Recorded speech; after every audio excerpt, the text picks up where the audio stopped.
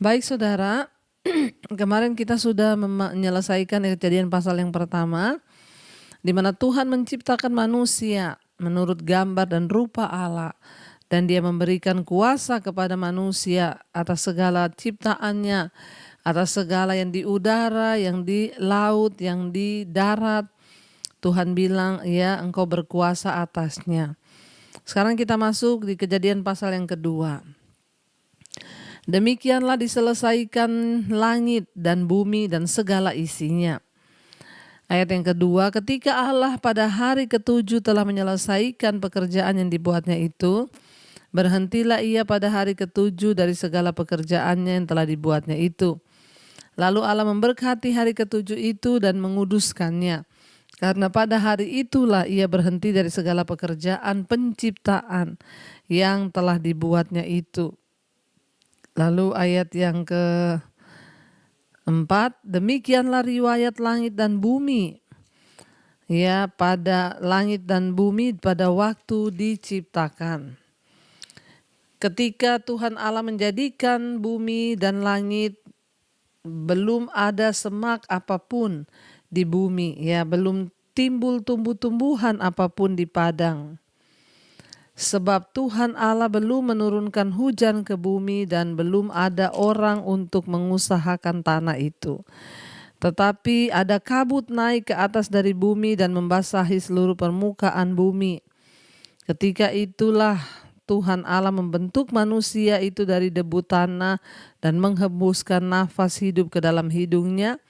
Demikianlah manusia itu menjadi makhluk yang hidup. Ya, saudara, Allah itu melihat bahwa semua yang diciptakannya itu baik. Ya, dan sangat indah, dia dikatakan di sana, ya, dan Tuhan itu luar biasa dalam penciptaannya. Ketika dia sudah menciptakan segala sesuatu, belum ada semak-semak, waktu itu belum ada rumput karena belum ada hujan. Ya, apa yang bisa menjaga supaya tumbuhan itu bisa tetap tumbuh? Ya, hujan, saudara. Lalu Tuhan menciptakan hujan, ya. Dan dikatakan di sana, lalu naiklah kabut, ya, ke atas dari bumi dan membasahi seluruh permukaan bumi itu. Ketika itulah Tuhan Allah membentuk manusia itu dari debu tanah dan menghembuskan nafas hidup ke dalam hidungnya. Demikianlah manusia itu menjadi makhluk yang hidup. Ya, kita melihat di sini, saudara, ya, Alkitab berkata bahwa Tuhan menciptakan manusia itu dari debu tanah. Allah memberkati hari yang ketujuh. Ketika Tuhan sudah selesai menciptakan semuanya, dan dia beristirahat pada hari yang ketujuh dan dia mengkhususkannya untuk keperluan yang kudus, ya. Makanya 10 perintah Allah menekankan pengkhususan ini dengan memerintahkan beribadahlah pada hari Sabat. Dikatakan di sana, saudara, manusia diciptakan dari debu tanah. Secara tidak langsung menunjukkan bahwa unsur-unsur kimiawi yang membentuk tubuh kita bukanlah sebuah hayalan.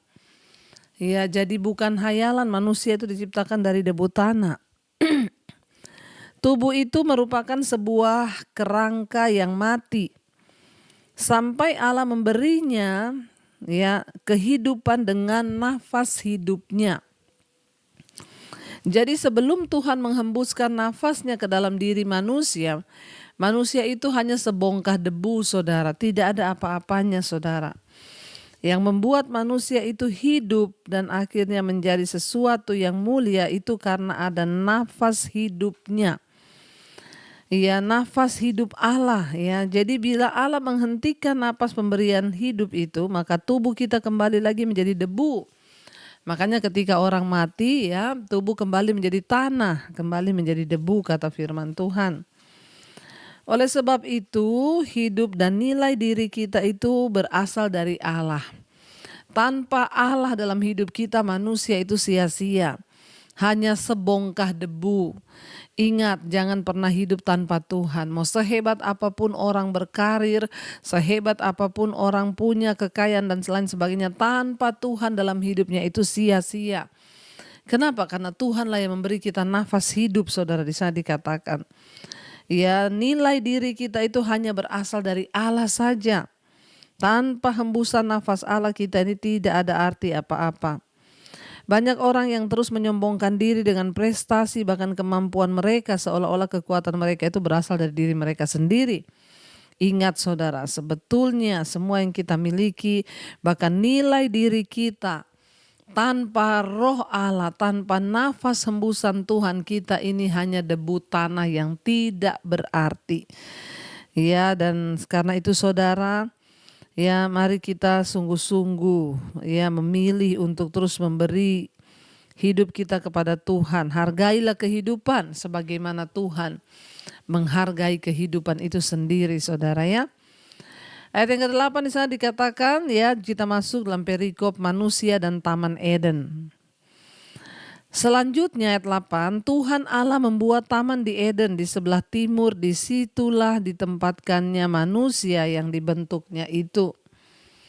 Ayat yang ke-9, lalu Tuhan Allah menumbuhkan berbagai-bagai pohon dari bumi yang menarik dan yang baik untuk dimakan buahnya, dan pohon kehidupan di tengah-tengah taman itu serta pohon pengetahuan tentang yang baik dan yang jahat. Ya, jadi di sini dikatakan akhirnya Tuhan ya menaruh manusia itu di Taman Eden. Lalu Tuhan memberi pohon-pohon di sana, dan salah satu pohon yang ditaruh di sana adalah pohon pengetahuan baik dan jahat. Secara tidak langsung mengungkapkan bahwa kejahatan telah terjadi bila tidak di taman, maka pada saat ya kejatuhan iblis, saudara. Berarti saat itu sudah ada kejahatan. Karena itu ada pohon pengetahuan yang baik dan yang jahat itu pada saat iblis sudah jatuh, saudara, dikatakan di sana. Apakah pohon kehidupan dan pohon pengetahuan tentang yang baik dan yang jahat merupakan pohon-pohon yang sebenarnya? Ada dua pandangan yang sering diungkapkan. Ya mungkin kita bertanya, pohon apa itu sebenarnya pohon buah pengetahuan yang baik dan jahat itu pohon apa ya? Apakah pohon duren atau pohon apel, saudara ya? Jadi ada dua pandangan yang sering diungkapkan, itu pohon yang sesungguhnya tetapi merupakan simbol. Ya, ada yang berkata bahwa itu adalah pohon yang sesungguhnya tetapi merupakan simbol dari kehidupan kekal bersama Allah, digambarkan sebagai makanan dari pohon kehidupan itu. Yang kedua itu juga adalah pohon, ya itu hanya yang pertama tadi itu bisa jadi hanya simbol, pohon kehidupan itu hanya simbol. Ya, yang menggambarkan tentang sumber kehidupan manusia itu berasal dari pohon kehidupan, itu Allah sendiri. Yang kedua itu juga bisa jadi pohon yang sesungguhnya yang memiliki khasiat khusus dengan makan buah dari pohon kehidupan. Adam dan Hawa dapat memiliki hidup yang kekal, bahkan menikmati hubungan yang tetap sebagai anak-anak Allah kalau mereka itu ya tidak menyentuh buah itu, saudara. Dalam dua kasus itu, dosa Adam dan Hawa memisahkan mereka dari pohon kehidupan sehingga menghalangi mereka mendapatkan hidup kekal. Yang menarik, pohon kehidupan itu muncul lagi pada penjelasan dalam kitab Wahyu. Ya, dan Wahyu 22 di sana mengenai orang-orang yang menikmati hidup kekal bersama dengan Allah. Jadi dikatakan di sana, saudara, ya Tuhan menaruh ya semua pohon dalam taman itu. Di sana juga Dia menaruh manusia. Ya, lalu Allah di sana dikatakan ayat 9 tadi, lalu Allah menumbuhkan berbagai pohon dari bumi dan yang menarik dan yang baik untuk dimakan buahnya, dan pohon kehidupan di tengah-tengah taman itu, serta pohon pengetahuan tentang yang baik dan yang jahat. Ayat yang ke-10, ada suatu sungai mengalir dari Eden untuk membasahi taman itu, dan dari situ sungai itu terbagi menjadi 4 cabang. Yang pertama namanya Pison, yakni yang mengalir mengelilingi seluruh tanah Hewila tempat emas ada.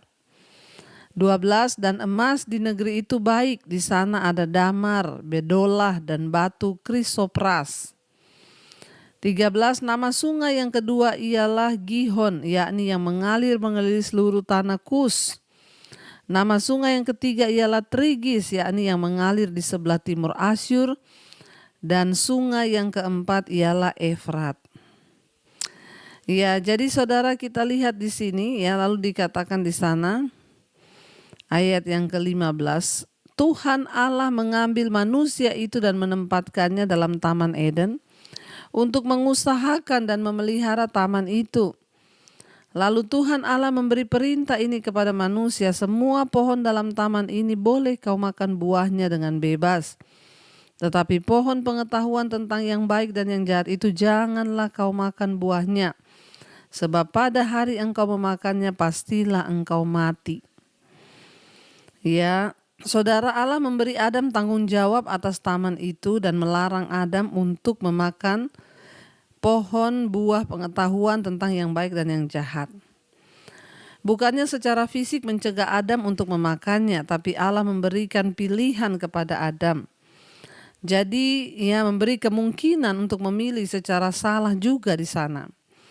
Allah tetap memberi kita pilihan-pilihan dan kita juga sering memilih sesuatu yang salah. Kenapa saudara? Karena Tuhan menciptakan manusia itu dengan kehendak bebas, ya. Dia tidak memaksa kehendaknya kepada manusia. Manusia bebas memilih untuk melakukan sesuatu yang jahat atau yang buruk, ya. Ketika kita sudah tahu tentang yang baik, namun kita tetap memilih yang jahat, ya itu urusan kita karena kita memilih sesuai kehendak kita. Allah tetap memberikan pilihan, ya. Pilihan-pilihan yang salah tersebut dapat menyebabkan kita menderita. Ya, tetapi Tuhan juga dapat menolong kita belajar dan bertumbuh untuk membuat pilihan-pilihan yang lebih baik pada masa yang akan datang. Hidup ini penuh dengan pilihan, saudara. Karena itu pilihlah sesuatu yang baik, yang benar. Bukan hanya baik, tetapi yang pasti benar. Agar kita juga boleh memiliki kehidupan yang sungguh-sungguh berkemenangan di dalam Tuhan. Jadi saudara, kita melihat di sana, ya, hidup dengan berbagai konsekuensi dan pilihan-pilihan kita mengajarkan kita untuk berpikir dan memilih secara lebih berhati-hati. Ya, menentukan pilihan di dalam bersekolah, kuliah, dalam memilih pasangan hidup, menentukan pekerjaan, ada begitu banyak pilihan dan kita harus mendekatkan diri dengan Tuhan supaya kita tidak salah memilih dalam hidup ini, sebab banyak orang yang pada akhirnya salah memilih. Ya, mereka memilih jalan yang salah, mereka memilih pilihan yang salah. Kenapa saudara? Karena mereka tidak mengandalkan Tuhan di dalam hidup mereka. Karena itu kita melihat di sini Tuhan memberikan Adam pilihan. Ya, diberikan di situ semua pohon, tapi Tuhan bilang jangan sampai kamu makan pohon buah pengetahuan yang jahat dan yang baik itu. Karena pada saat kamu memakannya pastilah engkau mati. Tuhan sudah membentangkan di depan kita peringatan jalan-jalannya serta hukum-hukumnya.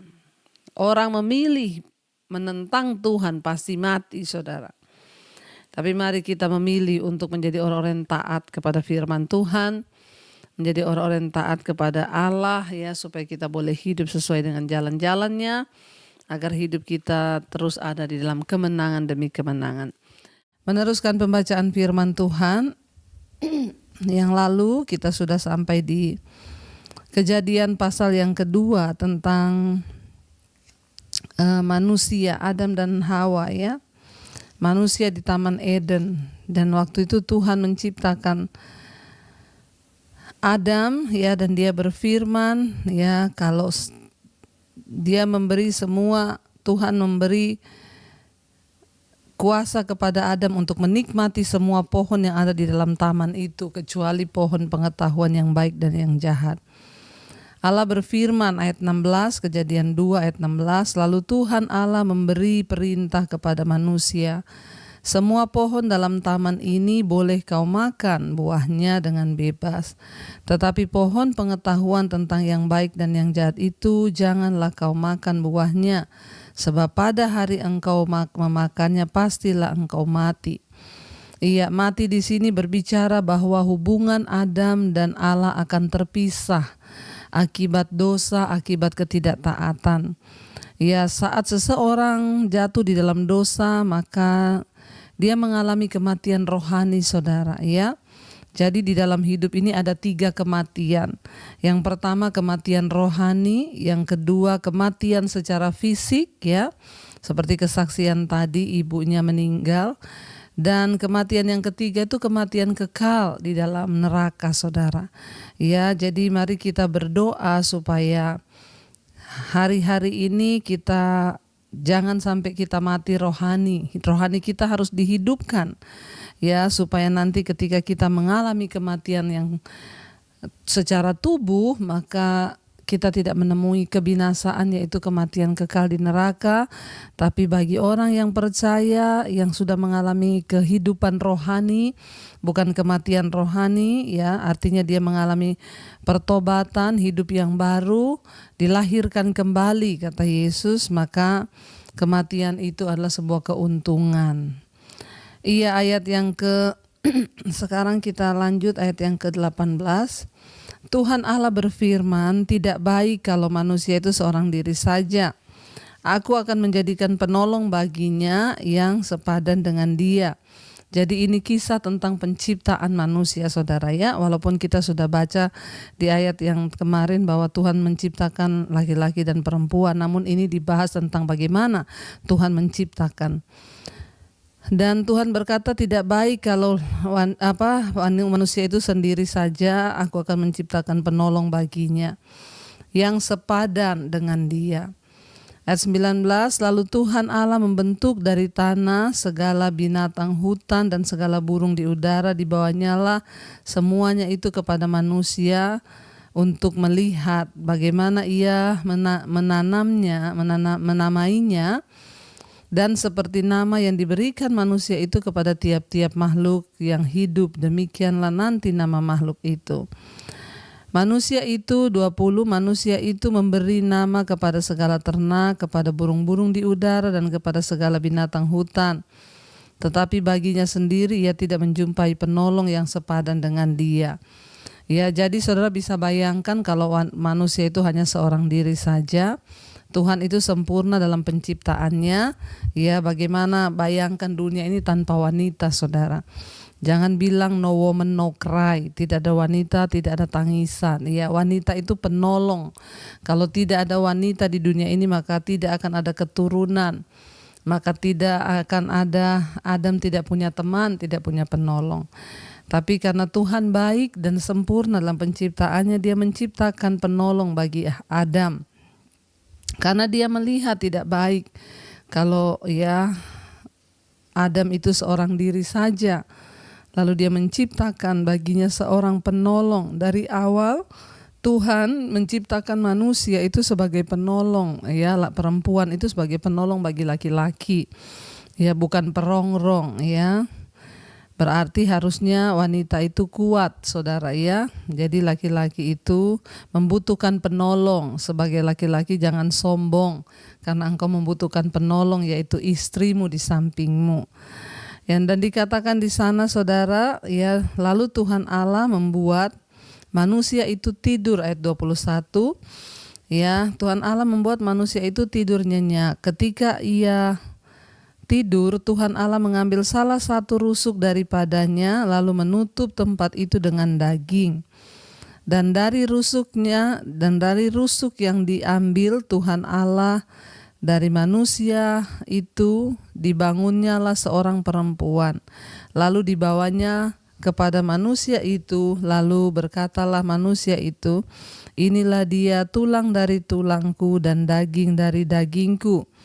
Ia akan dinamai perempuan sebab ia diambil dari laki-laki.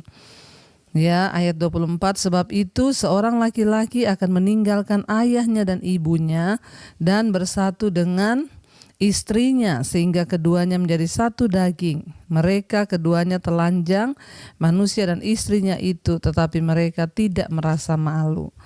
Ya, saudara, kita melihat di sini bagaimana Tuhan ya menciptakan manusia itu sangat kreatif, ya. Allah belum selesai sampai ia menciptakan perempuan. Dan Allah bisa saja membuat perempuan itu dari debu tanah, sebagaimana ia menciptakan seorang laki-laki. Akan tetapi Allah memilih untuk menciptakan seorang perempuan itu dari daging dan tulang seorang laki-laki, yaitu dari tulang rusuk, saudara. Ya, dan dengan demikian Allah menggambarkan kepada kita bahwa dalam sebuah pernikahan laki-laki dan perempuan itu secara simbolis dipersatukan menjadi ya satu. Ini merupakan persatuan ya yang ajaib lah Tuhan itu menciptakan, ya, bahwa makanya kita percaya bahwa manusia itu berpasang-pasangan, ada tulang rusuknya gitu ya. Saya diambil dari tulang rusuk suami saya dan lain sebagainya, saudara. Ya, itu artinya Tuhan mempertemukan jodoh bagi kita masing-masing. Ya, di sepanjang Alkitab Tuhan berbicara tentang kemitraan. Ya, secara serius, yaitu tentang suami istri. Ya, bagaimana Tuhan berbicara tentang kemitraan suami istri itu harus bersatu, bermitra, menjadi penolong dan sama-sama ya saling membangun. Bila Anda telah menikah ya atau sedang berencana untuk menikah, ya maka ya berpikir dulu apakah saudara bersedia untuk memelihara komitmen ya dan menjadikan ya pernikahan kita itu kita bukan lagi dua tetapi satu, saudara ya. Jadi tidak gampang. Menikah itu gampang, tapi menjaga komitmen itu yang sulit.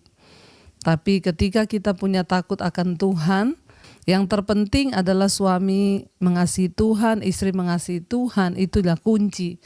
Sebenarnya kasih yang sesungguhnya itu adalah Tuhan sendiri. Karena itu pernikahan itu harus didasarkan kepada Tuhan ya. Allah membentuk dan memperlengkapi laki-laki dan perempuan untuk ya tugasnya masing-masing, saudara. Untuk bermacam-macam tugas yang akan Tuhan beri kepada mereka.